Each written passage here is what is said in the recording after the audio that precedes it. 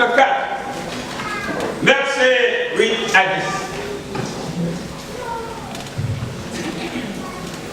10. Notre frère Project va nous projeter ce texte pour le respect de la parole de Dieu. Nous allons nous lever pour que dans cette rangée, un volontaire s'empare du micro pour nous faire une belle lecture. On se lève. Un jour, Élisée passait par Sunem. Il y avait là une femme de distinction qui le pressa d'accepter à manger. Et toutes les fois qu'il passait, il se rendait chez elle pour manger. Elle dit à son mari, « Voici, je sais que cet homme qui passe toujours chez nous est un saint homme de Dieu. Faisons une petite chambre haute avec des murs et mettons-y pour lui un lit, une table, un siège et un chandelier, afin qu'il s'y retire quand il viendra chez nous. » Amen. Amen, Seigneur, pour notre plénitude. Et ce matin, tu es le Dieu de la plénitude. Et tu veux nous introduire dans ta plénitude au travers de ta parole.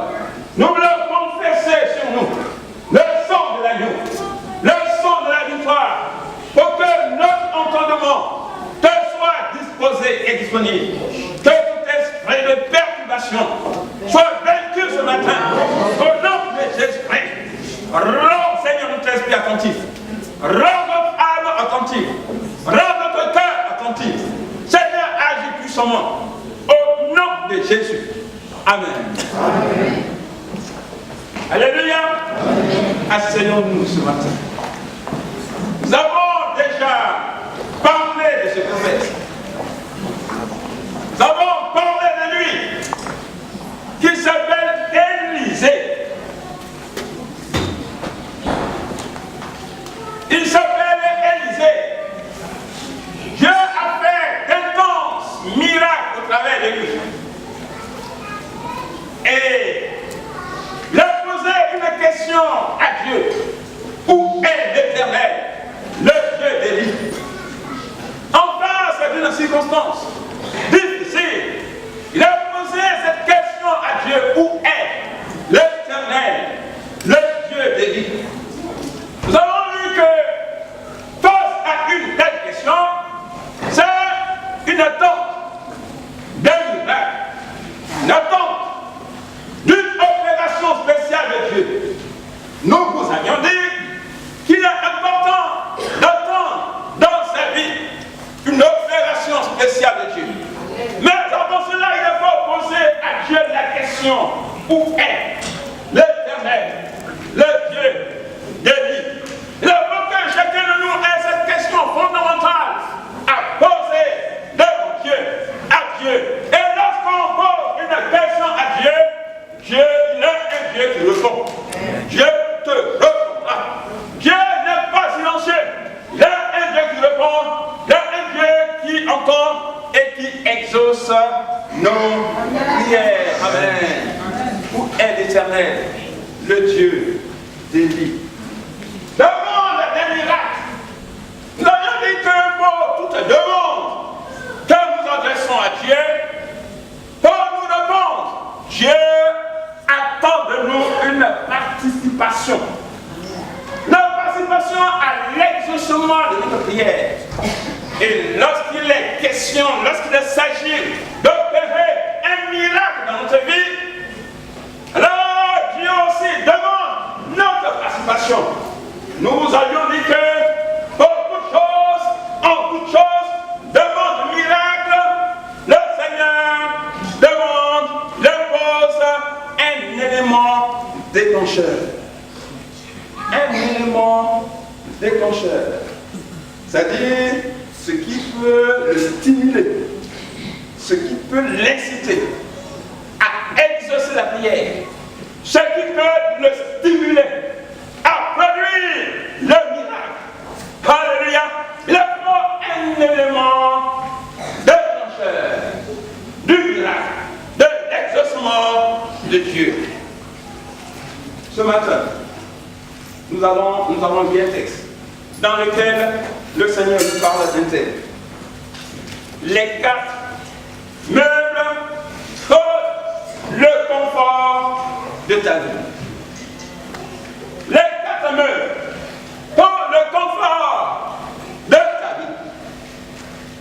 Alléluia. Alléluia.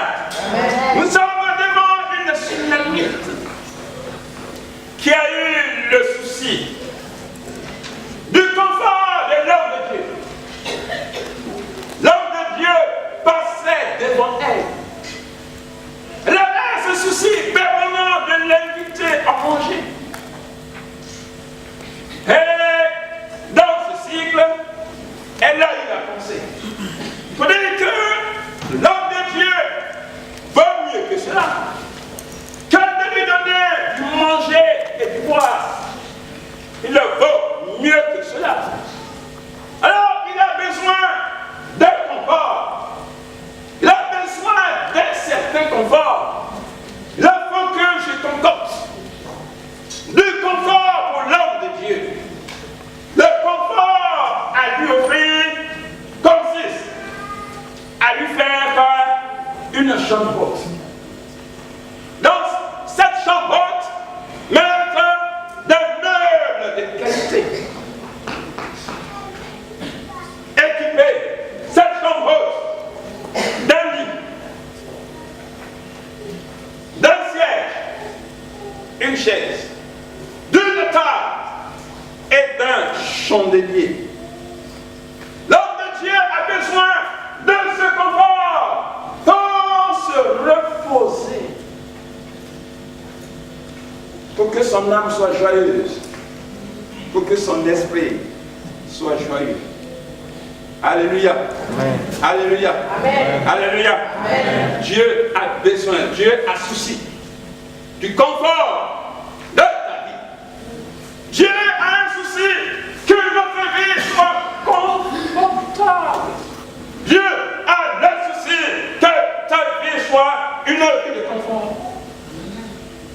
Parce que les enfants de ce siècle, les gens de ce monde, vivent dans un certain confort.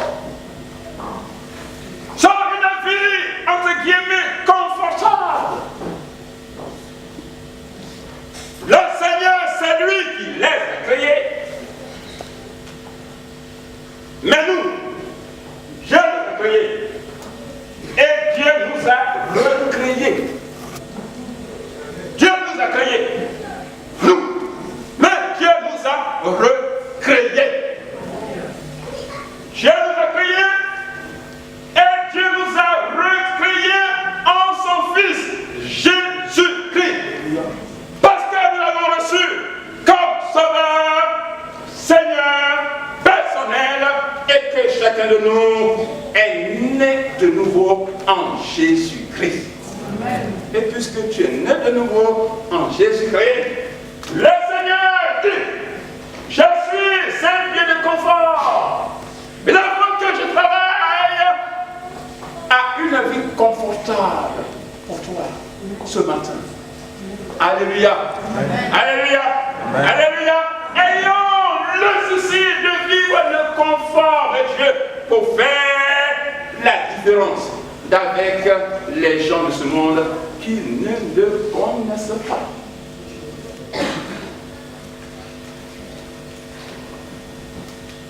L'homme de Dieu, cette peur, non, cette tsunamite, elle dit qu'il faut que l'homme de Dieu vive confortablement.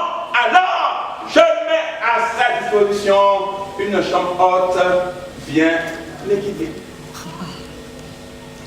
Le Seigneur dispose de 4 meubles pour que tu vives une vie de différence. Une vie qui respire le confort et le bien-être. Le premier meuble qui te dispose ce matin, c'est le lit. Le lit, symbole du repos. Le lit, symbole du repos. Dans la chambre haute, le ce repos. Besoin de repos. Le repos est tellement confortable pour une vie.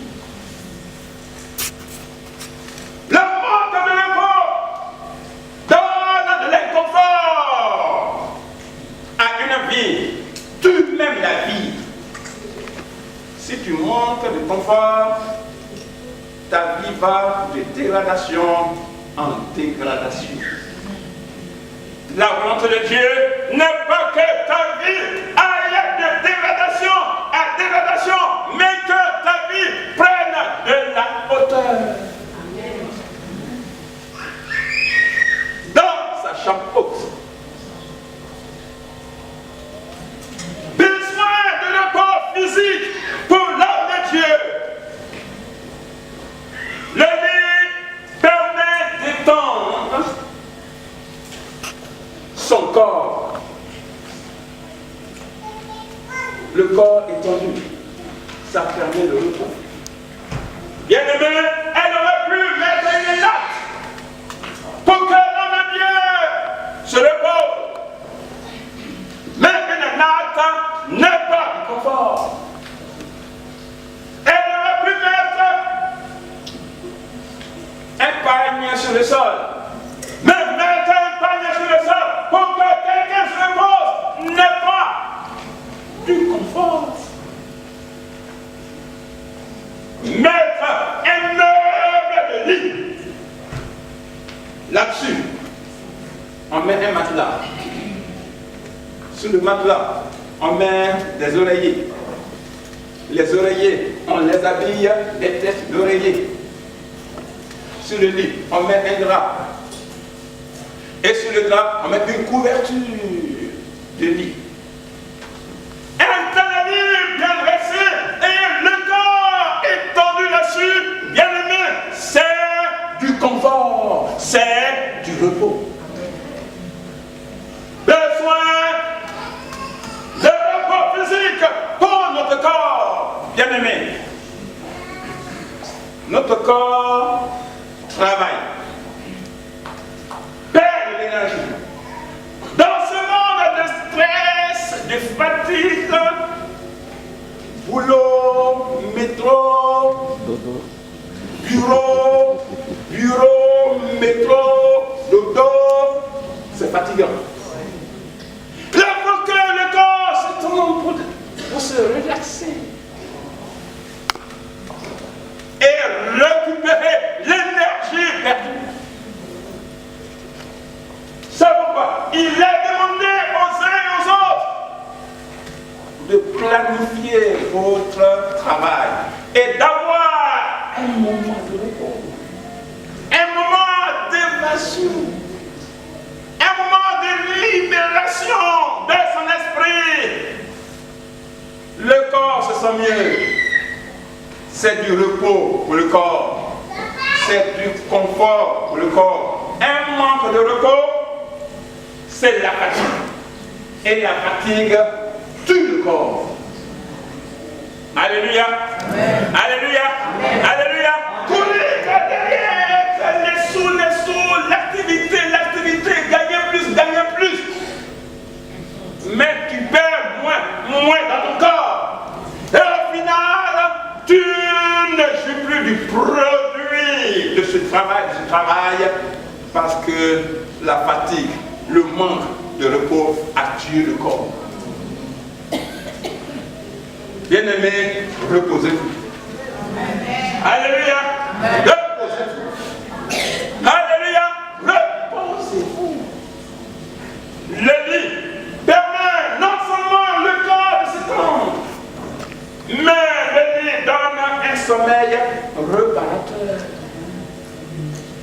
Parce qu'un manque de sommeil, c'est vrai, on réfléchit à l'école des enfants, au boulot, tout ça, ce qu'on rencontre dans le boulot, et on réfléchit, c'est difficile, ça donne un manque de sommeil, de l'insomnie, parce que les problèmes sont là. Mais quand le sommeil profond arrive, ce sommeil profond, ça repart, ça nous donne une réparation morale, mentale et physique. On a besoin de cela. Un sommeil réparateur, ça fait du bien. Ça donne le repos à tout le corps. C'est du confort.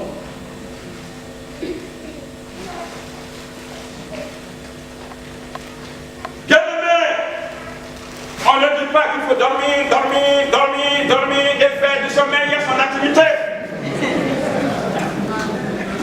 Parce qu'il y a des gens qui dorment. Il est 6 heures, encore au lit, 8 heures, encore au lit, 9 heures, encore au lit, 10 encore au lit, 11 heures, encore au lit, midi, encore au lit. Ça, c'est un paresseux, une paresseuse. La paresse tue. Ne soyez pas paresseux. Ne dormez pas, mais un moment de sommeil. C'est un sommeil réparateur, ça fait du bien, ça donne du confort à votre vie et vous êtes bénis.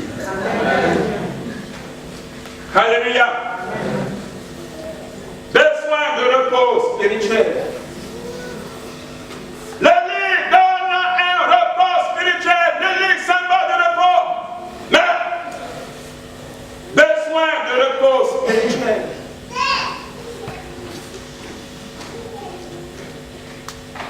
Matthieu 11, verset 28.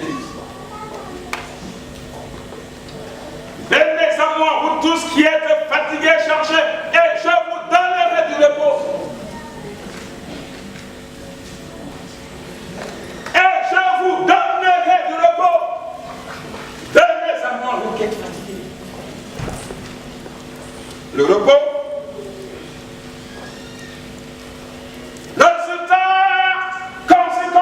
Une fatigue. Mais ici, la fatigue peut être morale, la fatigue peut être spirituelle, la fatigue de l'esprit et la fatigue de l'âme. Bien-aimés, il y a des choses qui fatiguent notre esprit. Il y a des choses qui fatiguent notre âme. C'est le péché qui nous fatigue. Le péché, notre péché, se présente comme un élément de bien, un élément joyeux. Ça donne de la jouissance, mais à la fin, ça fait voir la fatigue spirituelle, la fatigue de l'âme, la fatigue de l'esprit. Parce que le péché détruit de l'intérieur.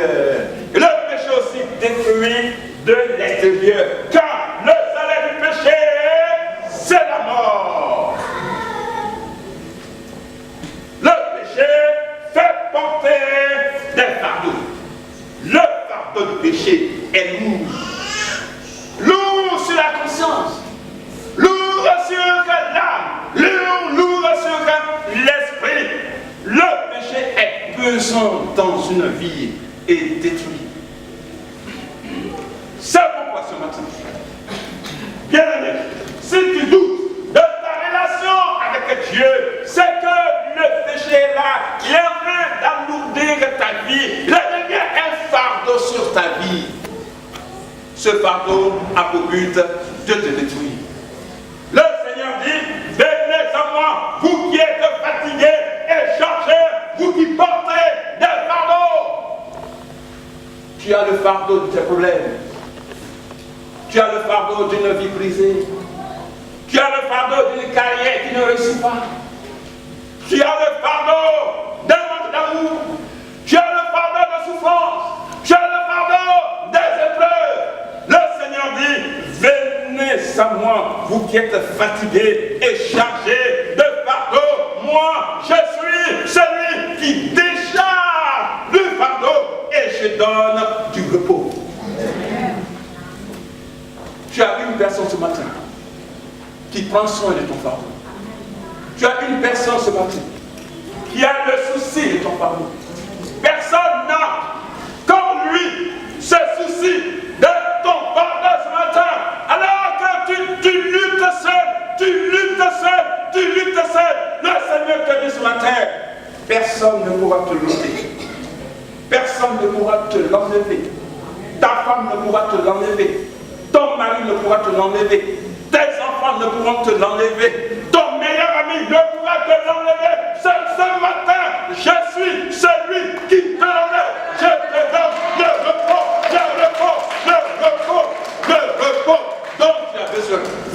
à moi, vous qui êtes fatigués et chargés, je vous donnerai du repos. Le repos est une denrée rare. On cherche le repos. On le dit. Ésaïe dit arrêtez. Ésaïe dit arrêtez. Ésaïe 9, verset 5. Il a dit arrêtez. Israël, vous partez par-ci, vous partez par-là pour rechercher du repos. Parce que les guerres sont là, les agitations sont là. Vous cherchez du repos. Arrêtez. Arrêtez. Un enfant nous est né. Un sauveur nous est donné. La domination reposera sur ses épaules. On l'appellera admirable, conseiller, Dieu puissant, Père éternel, le prince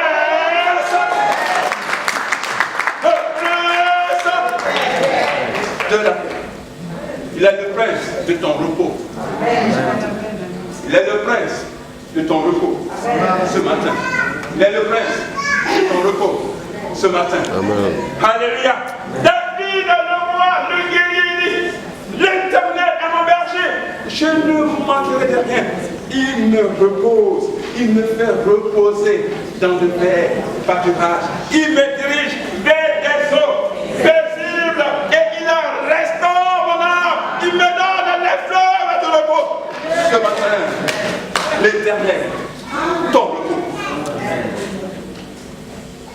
Alléluia. Amen. Alléluia. Amen. Le repos, une denrée rare, c'est du confort à ta vie. Le Seigneur te donne ce confort-là pour ta vie ce matin. Amen. Le lit du repos. La table, symbole de communion. La table, symbole de communion.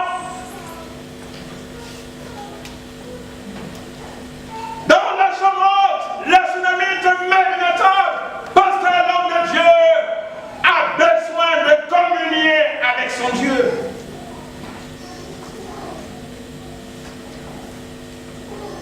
À table, on s'assoit comme ça, puis on parle.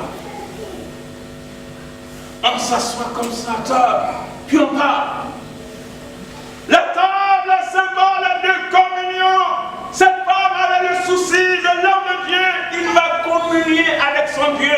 Il lui faut une table sur laquelle reposer ses coudes et enfermer ici ses mains et regarder en direction de Jérusalem, en direction de son Dieu, pour communiquer, pour communier avec son Dieu. Il en a besoin. C'est du confort pour sa vie. C'est du confort pour notre vie. Le manque de communication avec Dieu détruit notre vie. Le manque de communication avec Dieu détruirait le ministère d'Élisée. Un prophète qui ne communique pas avec son Dieu, plus de prophétie. Tout ce qu'il dira après, ça viendra de sa chair. Mais lorsqu'il s'attable avec Dieu et parle avec Dieu, Dieu lui donne les révélations, Dieu lui donne les paroles. À l'écoute de Dieu, on reçoit les visions de Dieu et on communique au peuple de Dieu et on est bon prophète de Dieu. Amen. Manque de communion avec Dieu tue la vie chrétienne, rend stérile la vie chrétienne. La communion avec Dieu répond à notre besoin de prière. Parce qu'on a besoin de prier pour que Dieu exauce. Le besoin de communication avec Dieu répond à notre besoin d'exaucement. Parce que tu as besoin d'être exaucé, alors rentre en communion avec ton Dieu. La communion avec Dieu répond à notre besoin de questions et de réponses. questions à poser à Dieu. C'est dans la communion que tu poses des questions à Dieu. C'est dans la communion que Dieu répond à tes questions. C'est dans la communion que Dieu donne des solutions à tes problèmes. Parce que là, tu les dépouilles, tu les développes. Dieu voit la profondeur de ton problème. Il te dit, mes bontés ne sont point à leur terme, mes compassions ne sont point épuisées. Elles se renouvellent chaque matin pour celui qui est fidèle dans la communion avec lui.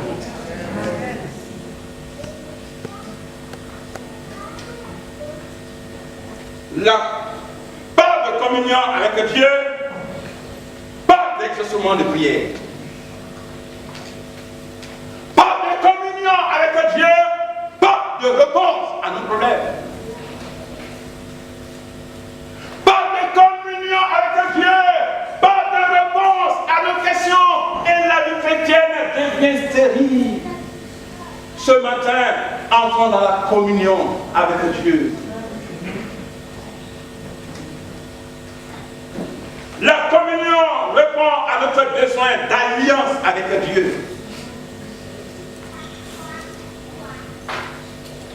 Parce que tu as besoin d'un allié de ta vie, dans ta vie.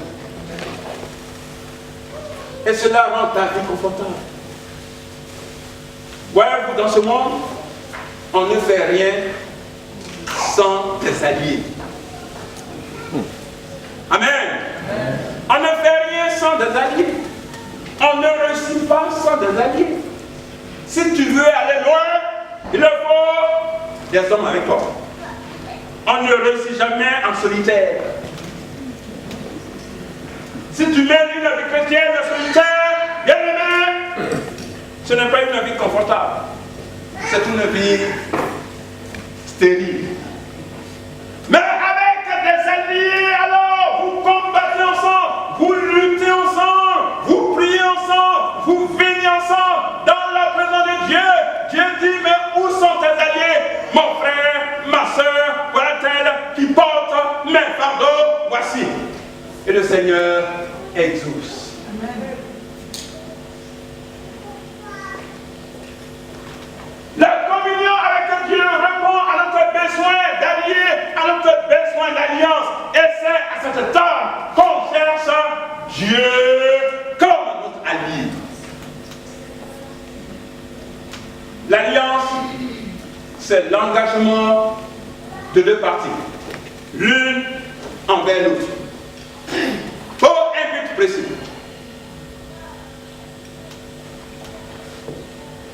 L'un s'engage avec l'autre pour un but précis. Le Seigneur nous invite dans une alliance. Luc 22, verset 20. Il a dit, cette coupe est la nouvelle alliance à mon sang, qui est répandue par beaucoup. C'est une nouvelle alliance à mon sang. Vous dites que lorsque nous sommes sauvés, le Seigneur a conclu une alliance avec nous, dans laquelle il s'est engagé envers nous, dans laquelle nous nous sommes engagés envers lui. Alors, son engagement est ainsi, il a dit, je m'engage vers toi. Voici mon sang est versé pour le but de te sauver totalement, complètement, largement, entièrement et profondément. Je m'engage dans cette alliance pour te sauver.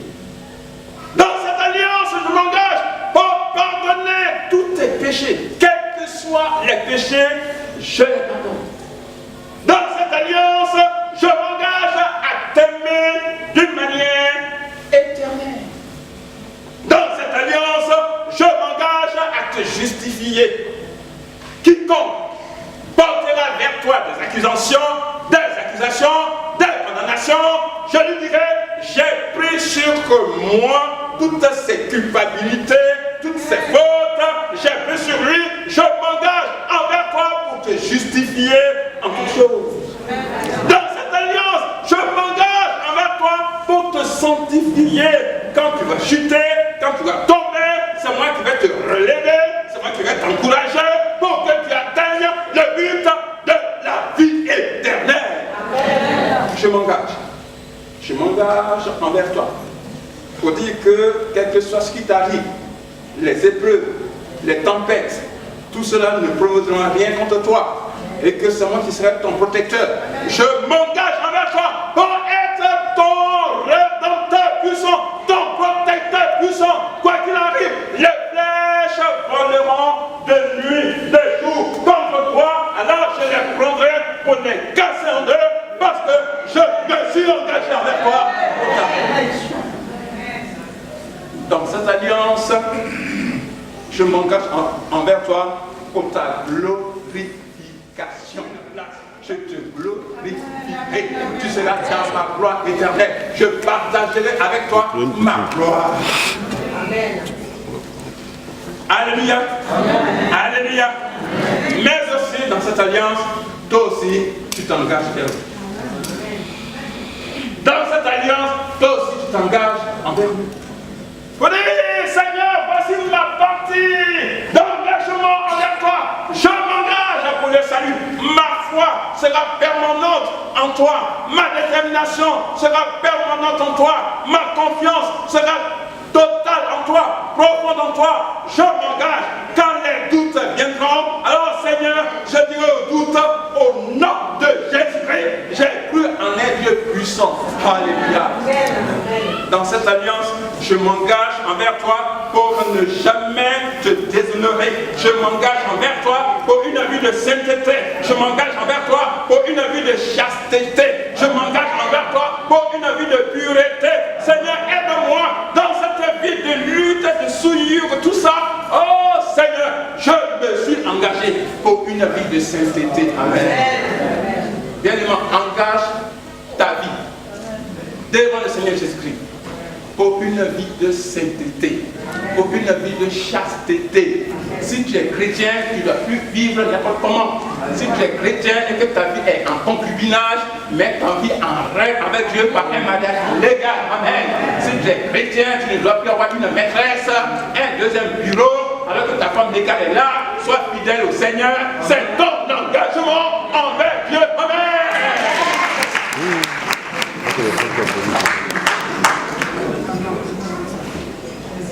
Besoin d'alliance dans la communion avec Dieu. Amen. Et la communion avec Dieu donne du confort à notre vie. Rend notre vie confortable, indescriptible, parfaite. La joie au Seigneur, la joie dans le cœur du Seigneur. Alléluia. Une sœur confessait en semaine, dit je ne comprends pas, je ne comprends pas, mais dans ces jours-ci, je sens une paix, je sens une joie, il y a quelque chose que je ne peux pas décrire, qui se passe en moi. Alléluia. Et mon cœur était dans la joie, parce que c'est le résultat de son engagement dans l'alliance avec Dieu. Amen. Quand on a cet engagement d'alliance envers Dieu, Dieu réjouit notre cœur par le Saint-Esprit. Dieu réjouit notre cœur dans notre âme. Dieu réjouit notre cœur et nous sommes épanouis. Et on ne peut pas décrire parce que Dieu est en nous. Et quand Dieu est en nous, il est en mouvement, il est en activité et il nous remplit. Alléluia. Sois rempli ce matin. Sois rempli ce matin. Sois rempli ce matin. Sois rempli ce matin. Alléluia.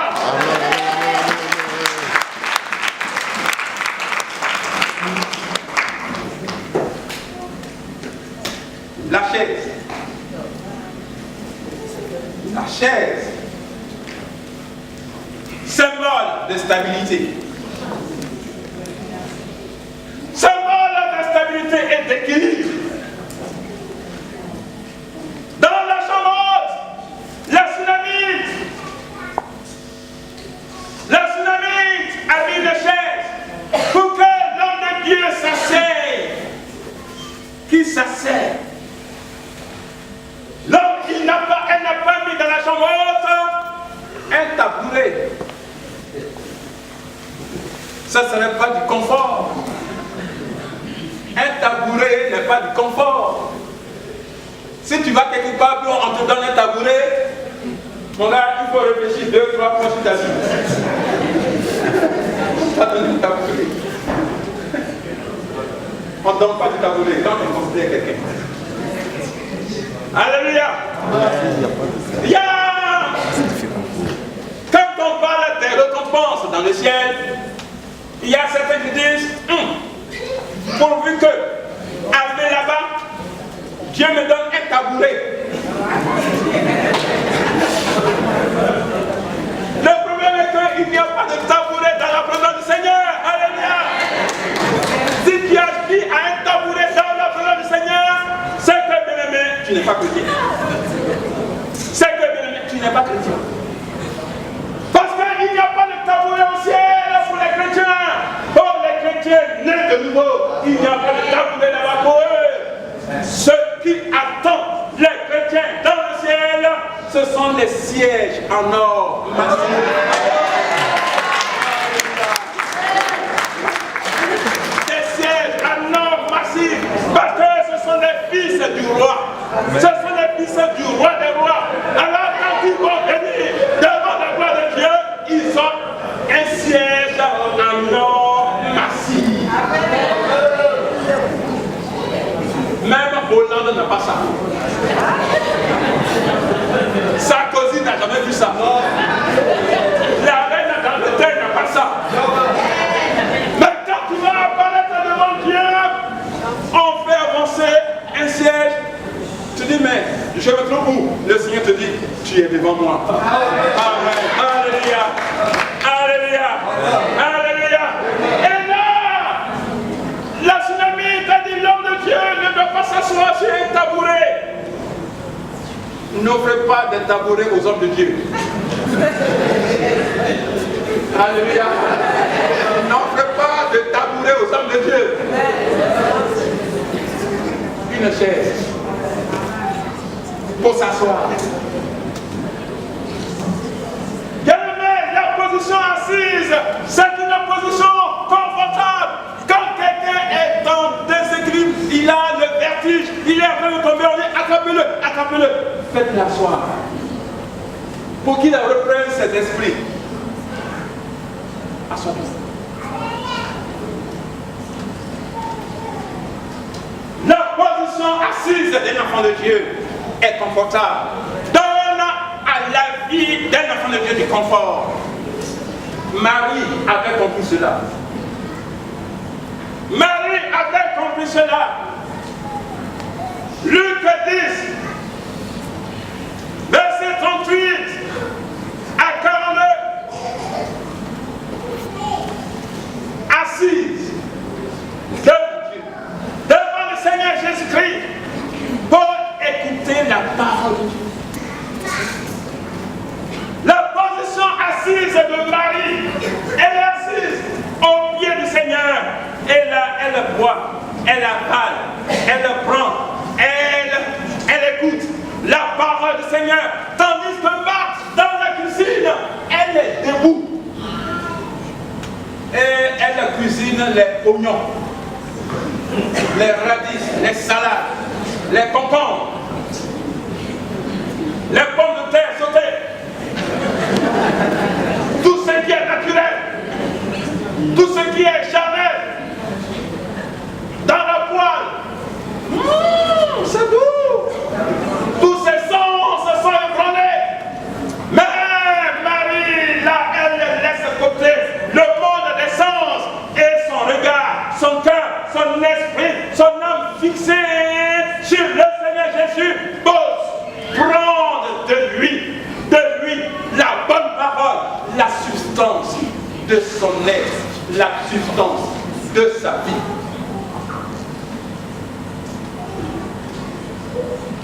Bien-aimé, la parole de Dieu vous invite. La parole de Dieu vous invite à avoir une assise dans la parole de Dieu. La parole de Dieu vous invite à écouter Dieu parler. Samuel disait, Paul,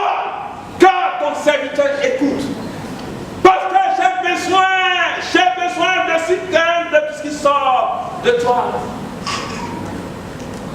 L'écoute de la parole de Dieu donne une assise dans le Seigneur. Celui qui n'écoute pas la parole de Dieu, sa vie est déséquilibrée. Sa vie est instable. Il va ici, il va là. Ça. On dit, tu cherches quoi? Il va ici à gauche. Ça. Tu cherches quoi? C'est de l'instabilité. Il y a des gens qui sont instables dans la parole de Dieu. Si tu as de la stabilité, de l'assise dans la parole de Dieu, tu es là où le Seigneur t'a planté. Et puisque tu es là où le Seigneur t'a planté, tu deviens une plante dont les feuillages ne fleurissent jamais, mais qui donne ses fruits en sa saison. Tout ce qu'il fait lui réussit parce que tu es assis dans l'océan, dans le torrent de la parole de Dieu. Ta vie n'est pas déséquilibrée. Marie a compris cela, qu'il fallait boire de la bouche de l'Éternel, de la bouche du Seigneur Jésus-Christ.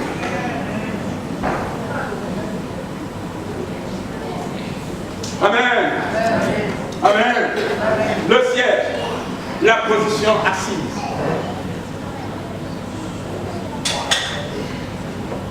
La parole de Dieu nous dit que ce n'est pas seulement pour écouter la parole de Dieu, mais nous sommes assis avec Jésus dans les lieux célestes. Assis dans la parole de Dieu, mais nous sommes aussi assis dans les lieux célestes avec Jésus. Alléluia. Si tu es assis dans les lieux célestes avec Jésus, tu sais ce que ça veut dire? Les lieux célestes.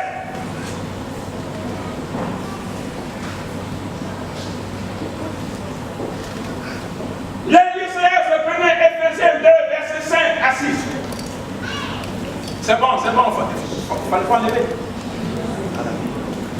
Éphésiens 2, verset 5 à 6. Assis dans les lieux célestes avec Jésus. Les lieux célestes, c'est un lieu élevé céleste. C'est la chambre haute du trône de Dieu. La chambre haute du trône de Dieu. Le prophète était assis dans la chambre haute du trône de Dieu.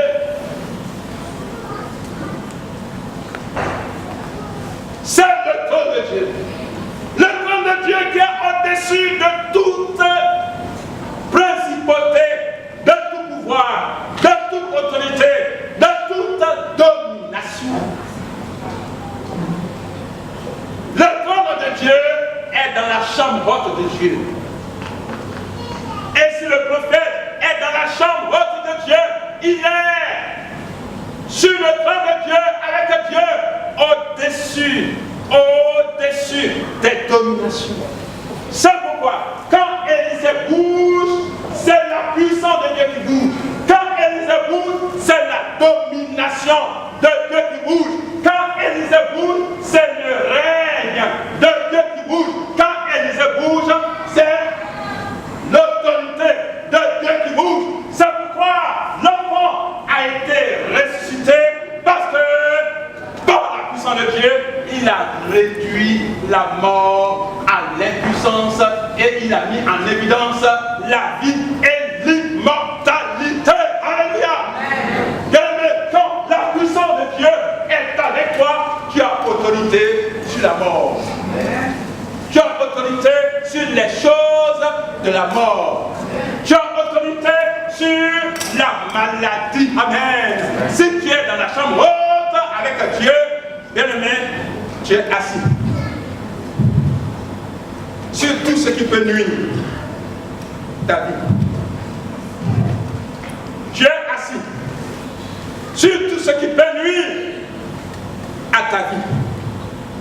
Ce matin, le Seigneur t'invite dans sa chambre haute, la chambre du trône de Dieu, pour que tu domines.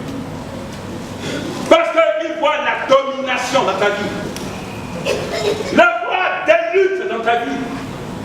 Je vois des combats dans ta vie. Mais l'heure est venue pour que tu prennes en main ta domination. L'heure est arrivée pour que tu prennes en main ton règne. L'heure est venue pour que tu prennes en main ta puissance.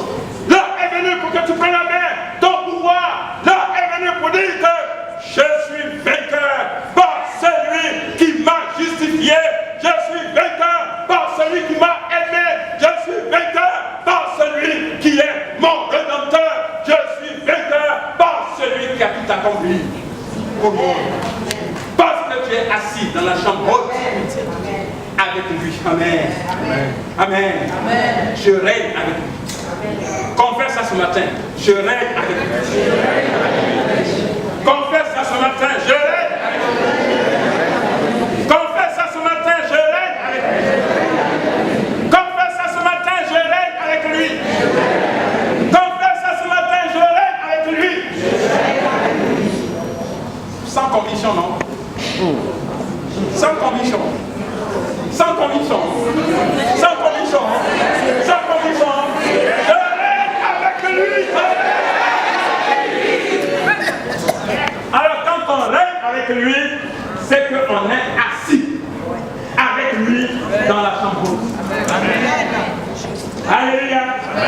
Dans la chambre haute. Ça donne du confort à ta vie ce matin. Amen. Le chandelier. Le chandelier. Le chandelier. Le chandelier. Symbole de lumière de Dieu. Le chandelier, symbole de lumière de Dieu. Lorsqu'on apparaît, il faut un chandelier sur la table. Pour que l'homme de Dieu voit. Pour qu'il ne soit pas dans les ténèbres. Et cela, c'est la lumière pour lui. Manque de lumière, il sera dans les ténèbres. Et lorsqu'on est sans lumière, bien-aimé, ce n'est pas une vie confortable. On vous coupe le courant, EDF vous coupe le courant, Garde de France vous coupe le courant, bien-aimé, on vous rend visite, vous allez dire, ah bon, chez moi, actuellement, il n'y a pas de lumière. Je vais allumer bougie pour vous accueillir.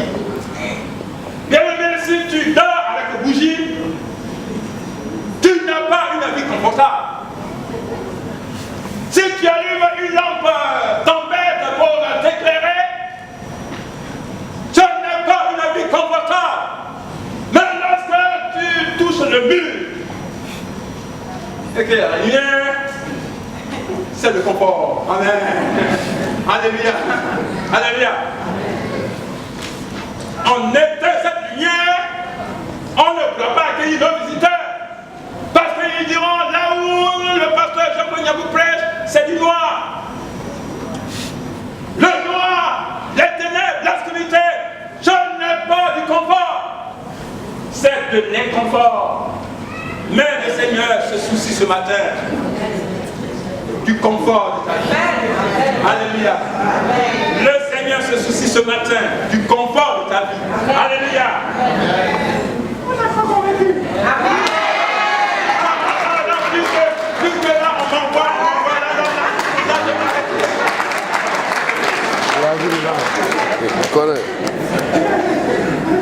là, mais sans commission. Bon, voilà. Ok. Concentrez-vous. Concentrez-vous. Le chandelier était important pour l'homme de Dieu. Pour qu'il soit éclairé. Le chandelier, c'est le symbole de lumière. Ça s'appelle en hébreu le menorah. Et bibliquement parlant, c'est un symbole du peuple de Dieu. C'est un symbole que le peuple de Dieu doit être lumière. C'est un symbole de cette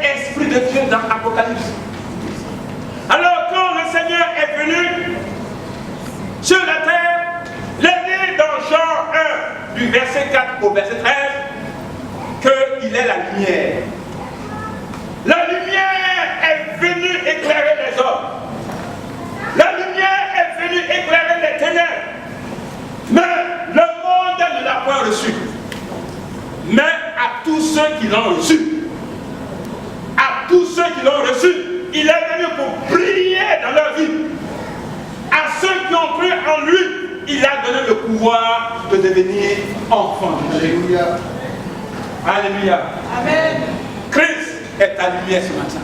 Amen. Christ est venu pour que tu ne marches plus dans les ténèbres de la vie. Il dit, je suis venu, je suis la lumière du monde. Quiconque me suit, quiconque marche derrière moi, il n'aura plus jamais des ténèbres, mais il trouvera la lumière pour sa vie.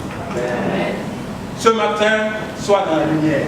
Amen. Ce matin, sois la lumière de Dieu. Amen. Ce matin, soyons la lumière de Dieu. Amen. Ce matin, soyons le menorah de Dieu. Amen. Que notre justice brille devant les hommes. Amen. Que notre amour brille devant les hommes. Amen. Que notre sainteté brille devant les hommes. Amen. Que notre langue soit tenue en brille devant les hommes. Que nous puissions vivre une vie spirituelle confortable devant Dieu. Bien-aimé, le Seigneur se soucie de ta vie ce matin. Il veut donner du confort à ta vie. À l'image du lit, il faut te reposer. À l'image du siège, il faut être assis dans la parole de Dieu. Il faut être assis dans la domination avec Dieu. Le Seigneur te donne la table de sa communion pour que tes prières soient exaucées, pour que les alliances soient conclues entre lui et toi, pour que Dieu soit dans une position légale d'agir dans ta vie. Bien-aimé, le Seigneur te veut dans sa lumière. Tu es son menorah ce matin. Il est ta lumière ce matin. Désire le confort de ta vie. Et le Seigneur donnera le confort à ta vie ce matin. Alléluia. Alléluia. Soyons bénis ce matin.